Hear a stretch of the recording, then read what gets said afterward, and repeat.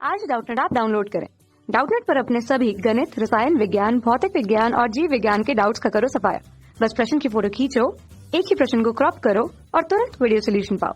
अभी डाउनलोड करें। नमस्कार दोस्तों, हमारा प्रश्न है कि दोस्तों यहाँ पर प्रश्न में बोला गया है कि संकुलों में किस प्रकार की समव्ययता पाई जाती है, दर्शाइए कि इन समव्ययों की संरचना कैसे होगी। ये हमें यहाँ पर बताना है। साथ में दोस्तों यहाँ पर हमें शंकु सूत्र दिया गया है, हमें इसके आधार पर बताना है कि इसमें कौन सी समव्ययता पाई जाती है। ठीक है, तो सबसे पहले दोस्तों यहाँ पर हमें जो संकुल सूत्र दिया गया है, ठीक है, संकुल सूत्र जो हमें यहाँ पर दिया गया है, ये हमारे पास सूत्र क्या है, ये हमारे पास है पोटेशियम ब्रैकेट, इसके अंदर दोस्तों हमारा है क्रोमियम, यहाँ पर क्या है, ये हमारा जल है H2O, इसके यहाँ पर दो मॉलिक्यूल है, साथ में हमारा है C2O4, ठीक है, यहाँ पर इसके दो मॉलिक्यूल है, ब्रैकेट बंद। ये हमें संकुल सूत्र दिया गया है। ठीक है, अब दोस्तों मैं बताना है कि इसमें कौन सी समव्ययता देखने को मिलेगी।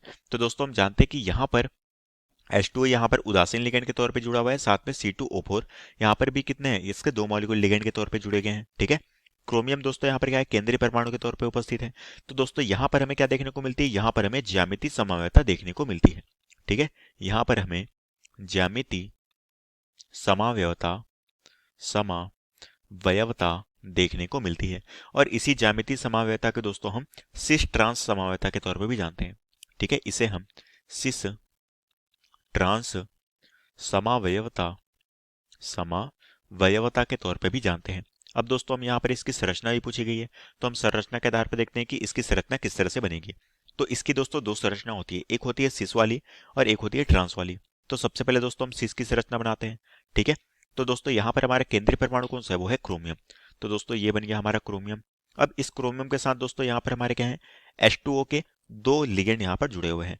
तो दोस्तों एक H2O मैं यहाँ पर जोड़ लेता हूँ। ठीक है, ये एक H2O हो गया, एक H2O दोस्तों हम यहाँ पर जोड़ लेते हैं। ठीक है, ऊपर की तरफ ये हो गया हमारा दूसरा H2O। तो दो H2O के हमने लिगेंड जोड़ लिया।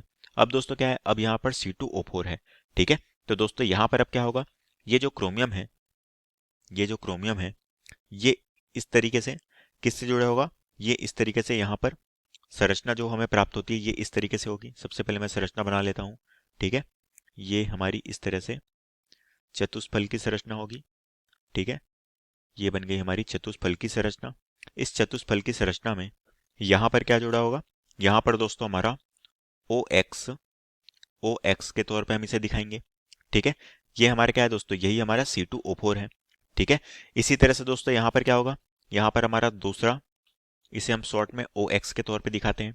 ठीक है, ये हो गया हमारा दूसरा मॉलिक्यूल। हमने दो मॉलिक्यूल OX को हमने इस तरह से दिखाया, और ये इस तरह से दोस्तों क्रोमियम क्या होता है, मध्य में घिरा हुआ होता है। तो ये हो गई हमारी संरचना। इसे हम क्या कहेंगे, इसे हम सिस समव्ययी की संरचना के तौर पे जानते हैं। ठीक है, ये क्या है, ये हमारा सिस समव्ययी के तौर पे हम इसे जानते हैं। ये हो गई हमारी सिस की संरचना। अब दोस्तों इसी तरह से हम क्या करते हैं, ट्रांस की संरचना देखते हैं।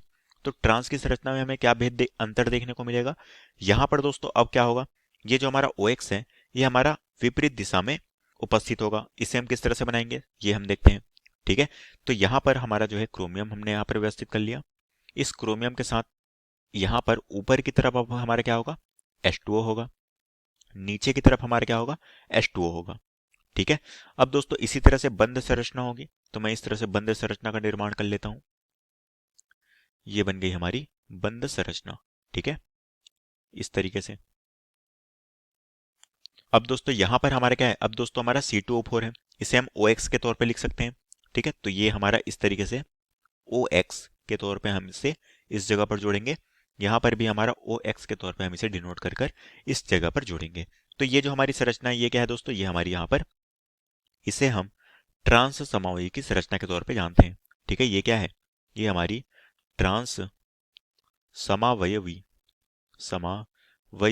की संरचना के तौर पे जानते हैं। ठीक है, तो दोस्तों हमने दो संरचना देख ली, एक हो गई सिस की, एक हो गई ट्रांस की। ठीक है, अब दोस्तों यहाँ पर मैं एक बड़ा ब्रैकेट बनाऊंगा, क्योंकि हमें जो शंकु सूत्र दिया गया था इसमें हमारे क्या है, पोटेशियम भी है। तो पोटेशियम दोस्तों यहाँ पर बाहर में उपस्थित होता है, किसके रूप में, पोटेशियम प्लस आयन के तौर पे। इसमें भी दोस्तों हमारा क्या होगा, ये जो हमारा पोटेशियम है ये हमारा बाहर में उपस्थित होगा पोटेशियम प्लस आयन के तौर पे। ठीक है, तो यहाँ पर हम कह सकते हैं कि यहाँ पर हमें ज्यामितीय समव्ययता देखने को मिलती है इस संकुल में। ठीक है, और यही दोस्तों में प्रश्न पूछा गया था, जो कि हमारे प्रश्न का उत्तर है। कक्षा 6 से 12वीं से लेकर नीट, IIT, JEE वो एडवांस के लेवल तक 1 करोड़ से ज्यादा छात्रों का भरोसा। आज ही डाउनलोड करें डाउटनेट ऐप या व्हाट्सएप करें अपने सारे डाउट्स 8400 400 400 पर।